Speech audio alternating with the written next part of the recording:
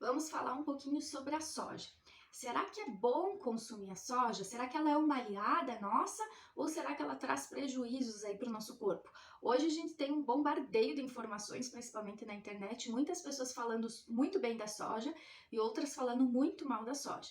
Então, na verdade, há muitos anos começou-se um estudo em cima da soja.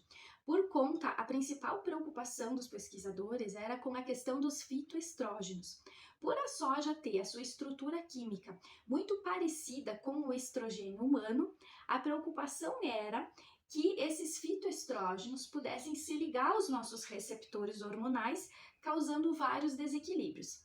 Então começou-se vários e vários estudos, e esses estudos eles nos mostraram que os fitoestrógenos não têm influências significativas e nem influências negativas, como era a preocupação dos pesquisadores.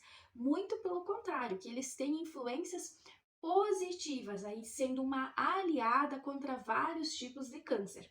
O que acontece? Nós temos vários receptores hormonais. E dentro desses receptores, nós temos um que é mais cancerígeno e um que é mais protetor.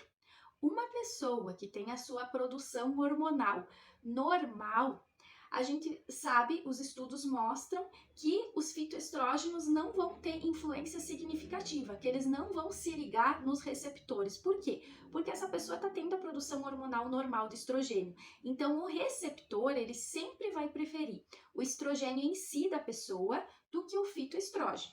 Tá, mas daí você vai estar se perguntando, mas e se a pessoa não tiver a produção normal de estrogênio? Um exemplo, uma mulher que entrou na menopausa, que já tem uma diminuição aí nos níveis hormonais, né? Então, nesse caso, sim, o fitoestrógeno pode se ligar no receptor, porque essa mulher não está tendo a produção suficiente de estrogênio, então está tendo um espaço, está sobrando espaço. Então, o fitoestrógeno pode entrar e se ligar no receptor. Só que o que os estudos mostram é que ele se liga no receptor protetor e não no receptor cancerígeno, como era um receio dos pesquisadores. Por isso que o consumo de soja, ele se mostra como um grande aliado, né, aí nas proteções contra vários tipos de câncer, principalmente o câncer de mama, porque daí ele vai atuar de uma forma benéfica. Quando ele tiver uma influência que ele for atuar, ele vai atuar de uma forma benéfica e não de uma forma maléfica. Agora, claro que a soja tem alguns outros problemas. Um deles é a parte dos agrotóxicos, né? Outro é que é um alimento de um pouco difícil de gestão e considerado bem alergênico. Então, o que eu considero a melhor forma de a gente consumir a soja? Porque, claro, que se a gente for consumir soja na forma de produto industrializado, cheio de agrotóxico, produtos ultraprocessados, com certeza não vai fazer bem para o nosso corpo. Agora, a gente tem uma forma de consumir a soja que é excelente, que ela pode estar sendo aí protetora, né, e muito benéfica para a nossa saúde, que é na forma de tofu orgânico.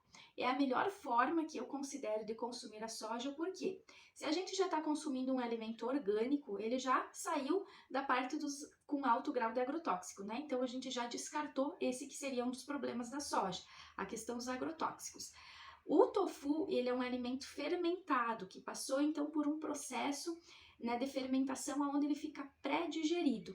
Isso significa que ele tem uma melhor digestão, então esse alimento ele já está pré-digerido, então não vai ter tanto problema da gente de repente ser indigesto, não ser digerido totalmente e fica também menos alergênico. Então, na forma de tofu, na minha visão, tofu orgânico é a melhor forma que a gente tem de consumir a soja. Eu considero o tofu um alimento maravilhoso, coringa para a gente ter na nossa geladeira. Ele é fonte de proteína, de aminoácidos, fonte de cálcio também, e ele é um alimento neutro que a gente pode estar utilizando tanto para receitas doces como receitas salgadas.